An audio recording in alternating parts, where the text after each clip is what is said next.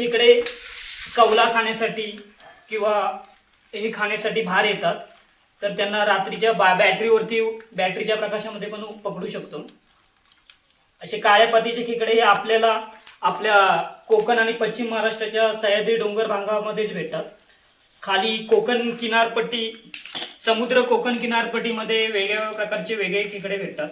पांढऱ्या अर्धा पावसाळा झाला, नदीला पाणी कमी झाले का आमच्या सह्याद्रीच्या डोंगर भागामध्ये नद्यांमध्ये तेलाच्या डब्याला मोच लावून आमच्याकडे खेकडे पकडायला सुरुवात होते.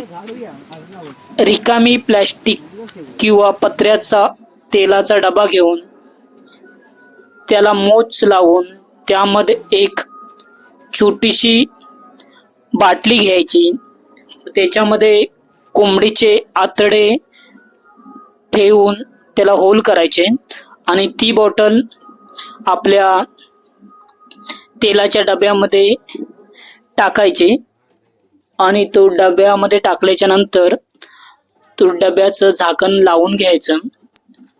ती छोटीशी बॉटल टाकणार, तिला होल करून घ्यायचा, कोंबडीच्या आतड्याचा स्मेल यावा म्हणून, आणि पुन्हा ते डबे नदीच्या किंवा व्हाळामध्ये संत पाण्याची जागा बघून तिथे जागा करून डबे लावायचे. डब्याच्या साईडने आणि वरती दगड लावून घ्यायचे, कारण पाण्याने ते डबे वाहून जाऊ नये म्हणून. डब्याचा मोच खालच्या बाजूला लावायचा, कारण त्या कोंबडीच्या आतड्याच्या वासाने खेकडे त्या मोचातून आतमध्ये शिरतात आणि त्या मोचामुळे त्यांना बाहेर यायला भेटत नाही. प्रत्येक ठिकाणी डब्याला व्यवस्थित जागा करून लावायची, जिथे संत पाणी कमी पाणी असेल तिथे. साईडने दगड लावून घ्यायचे, कारण पाण्याच्या जास्त प्रवाहामुळे वाहून जाऊ नये म्हणून.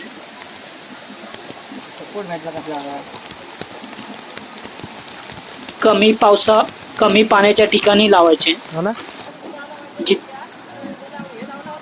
आणि सकाळी लवकर उठून ते डबे काढून घ्यायचे 6-7 वाजता. प्रत्येक डब्यामध्ये 4-5 खेकडे येतात. कोंबडीच्या आतड्याच्या वासाने खेकडे डब्यामध्ये येतात. हे बघा, असे प्रत्येक डब्यामध्ये 2-3 खेकडे दिसत आहेत. काळ्या पातीचे मोठे मोठे खेकडे आपल्या सह्याद्रीच्या डोंगर भागातील नद्यांमध्येच भेटतात. असे खेकडे फक्त आपल्याला कोकण आणि सह्याद्रीच्या डोंगर भागामध्येच असे बघायला भेटतात. आंबड्या कट करून घ्यायच्या. सह्याद्रीच्या घाटमाथ्यामधून उगम पावणाऱ्या नद्यांमध्ये या असे काळ्या पातीचे खेकडे भेटतात. खाली समुद्र किनाऱ्याच्या खेकडे वेगळे असतात आणि घाटमाथ्यातील सह्याद्रीच्या घाटमाथ्यामधील खेकडे वेगळे असतात. आमच्या सह्याद्रीच्या घाटमाथ्यामध्ये असे काळ्या पातीचे खेकडे भेटतात. सह्याद्रीच्या घाटमाथ्यामधून ज्या नद्या उगम पावतात त्यामध्ये तुम्हाला असे भेटणार काळ्या पातीचे खेकडे. मोठे मोठे असतात, 1/2 किलोपर्यंतचे मोठे मोठे खेकडे असतात असे. त्याच्या नांगड्यांचा रस्सा मस्त होतो, पेंद्याची भाजी होते. याला पकडणार आहोत.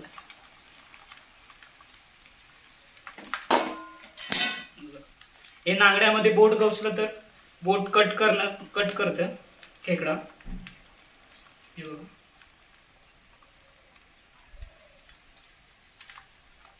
अशा प्रकारे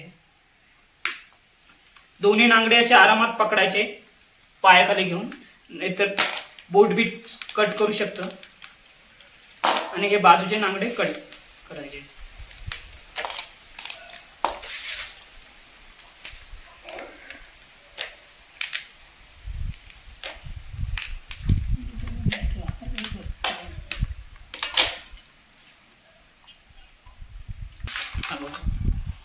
रात्रीची बॅटरी घेऊन 7-8 वाजता जायचं. मग ते रात्रीचे खेकडे कवला खाण्यासाठी किंवा हे खाण्यासाठी बाहेर येतात, तर त्यांना रात्रीच्या बॅटरीच्या प्रकाशामध्ये पण पकडू शकतो. असे काळ्या पातीचे खेकडे हे आपल्याला आपल्या कोकण आणि पश्चिम महाराष्ट्राच्या सह्याद्री डोंगर भागामध्येच भेटतात. खाली कोकण किनारपट्टी, समुद्र कोकण किनारपट्टीमध्ये वेगवेगळ्या प्रकारचे वेगळे खेकडे भेटतात.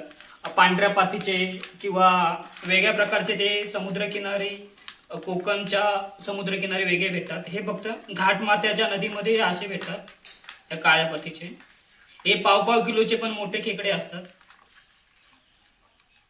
हे खेकड्याचं नाक आहे, इथून श्वास घेते, ऑन ऑफ होते ते.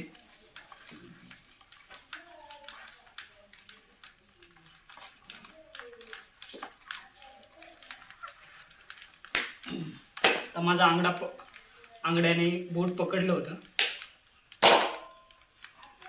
इथं खेकड्यांची ती जर मादी असेल तर इथं मुलं असतात त्यांची. जर जून जुलैच्या महिन्यामध्ये इथे अंडी घालतात. नंतर छोटी छोटी त्यांची मुलं जून जुलैला त्यांची मुलं बाहेर जातात. सप्टेंबर ऑक्टोबरला पूर्ण त्यांची मुलांचा जन्म देऊन झालेला असतं. जून जुलैला खेकडे आणि मासे कधी पकडायचे नाहीत, कारण त्यांचा प्रजननाचा काळ असतो. जून जुलैमध्ये जूनचा पहिला महिना जुलै याच्यात प्रजननाचा काळ असतो. त्यामुळे ते अंडी देतात आणि अंडी देऊन त्यांच्या मुलांना जन्म देतात. त्यामुळं जून जुलैच्या पुढील महिन्यामध्ये सप्टेंबर ऑक्टोबरकडे खेकड्या पकडाव्यात किंवा मासे पण नंतरच पकडा.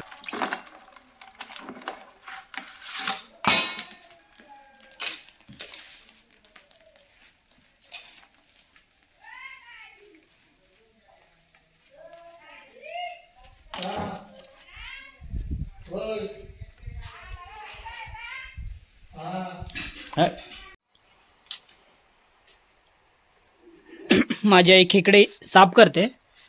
असा पेंदा घेऊन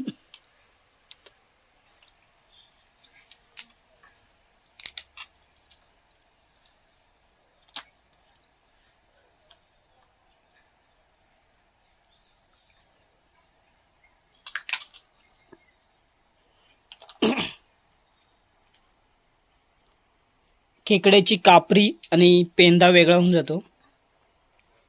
त्याला खापरी बोलतात. बॅक पाठच्या कव्हरला खापरी बोलतात. फोडायला जोर लावून फोडावं लागतो. असं जोर लावून फोडायचं.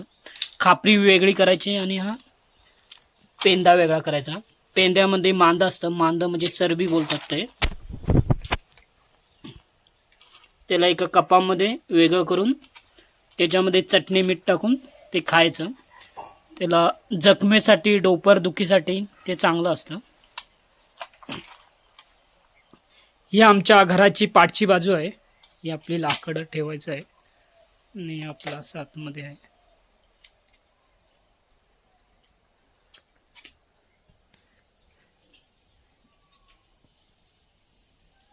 आपल्या गावाकडची चूल आहे अशी. प्रत्येक कोकण सह्याद्री भागामध्ये, पश्चिम महाराष्ट्रामध्ये असे गावाकडे चूल बघायला भेटेल तुम्हाला. आणि हे लाकडाचं सरपण असतं. आणि ही आमच्याकडे पेटी असते. पेटीमध्ये छोटं मोठं सामान त्याच्यामध्ये आम्ही ठेवतो. असं छोटं मोठं सामान त्याच्यामध्ये ठेवतो. आणि इकडे आपलं किचन पण आहे. जेवण सर्व आपण चुलीवरतीच करतो, जे काय असेल तर. आता आळूवड्या आम्ही टाकलेल्या आहेत शिजायला. हे बघा.